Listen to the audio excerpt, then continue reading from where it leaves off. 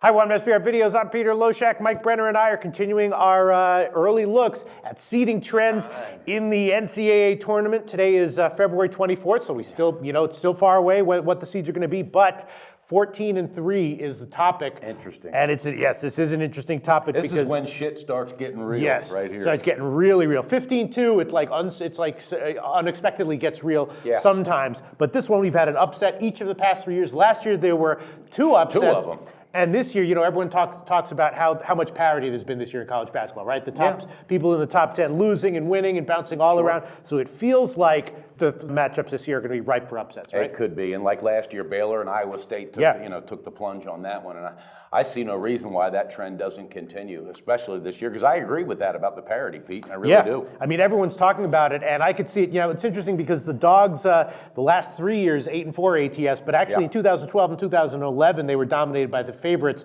That might have been a little bit fluky. My sense is that in general, we don't know what the matchups for the teams are going to be. We're going to be looking to play on the Dogs this year, I think. I'm looking at some of the projected number 3 seeds like Miami, Duke, West Virginia, Iowa, maybe Maryland, right? I could easily see Iowa or Maryland, especially Maryland. I could see Maryland going down. Absolutely, I could too. Down, Mike Brenner. And I think Iowa just had a wake-up call recently, so more so, I think you're absolutely right about Maryland. Wow. But I could see Iowa being overvalued because they're starting to, we've seen it in their recent games. You're getting wins, but like winning by 4 as like a 12-point favorite. Exactly the type of thing you see. And tonight's going to determine a lot with Iowa. They're at home against Wisconsin, so tomorrow this conversation could be a hell of a lot different. But it could be. But I love it. I mean, regardless of what happens tomorrow, or today, in general, I feel like Iowa is not a very good double-digit favorite. Yeah, no doubt. They've been overvalued pretty much the whole year.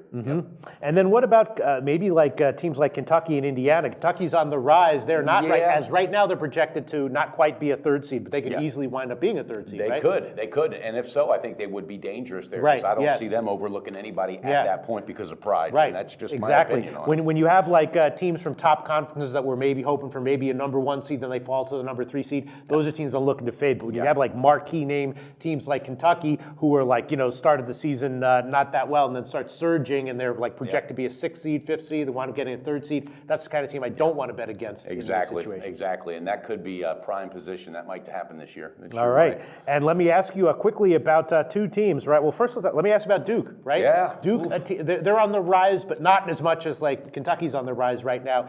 Are they vulnerable? Are they going to be vulnerable or not? What do you think? I think so, but the fact that they've been able to, replace Jefferson, and I don't mean replace him, but get along without him. All right, that could have went either way, and I thought they were going to go down, but they've really, really played with some spark as of late.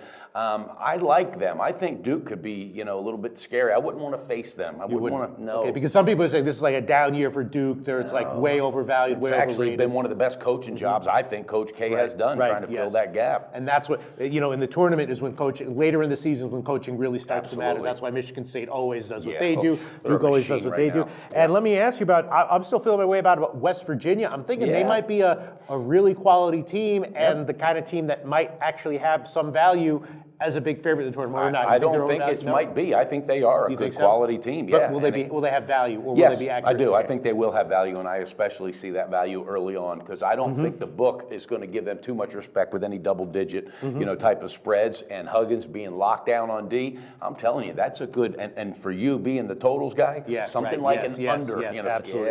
Especially on first halves, I noticed that. So.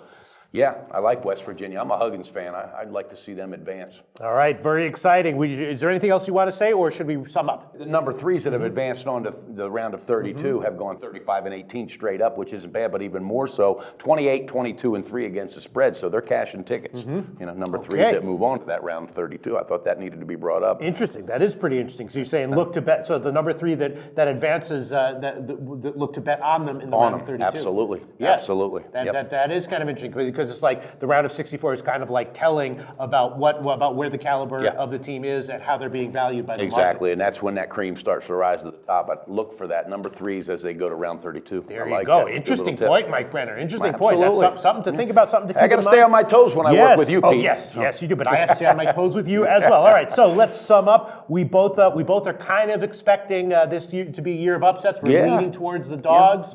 Teams we're looking to fade on, possibly in the 3 spot, will be Maryland for both of us. Absolutely. Yes. Me, Iowa, you not so much Iowa. Yeah, no, I'm kind of jumping on Iowa. Yeah. And Duke, you're not super down on if they Not go to down, 2 seed. not too high, but I'm going to be watching them, and I wouldn't be surprised if Coach K keeps doing what he's doing. So he's getting it done. So Okay. I'm excited though, Pete. I'm ready for this to fire Thanks up. for and your get thoughts, ready. Mike Brenner. We'll be back very soon with a preview of the 4-13 matchups. 4-13. Looking forward to it, Pete. Have a great day.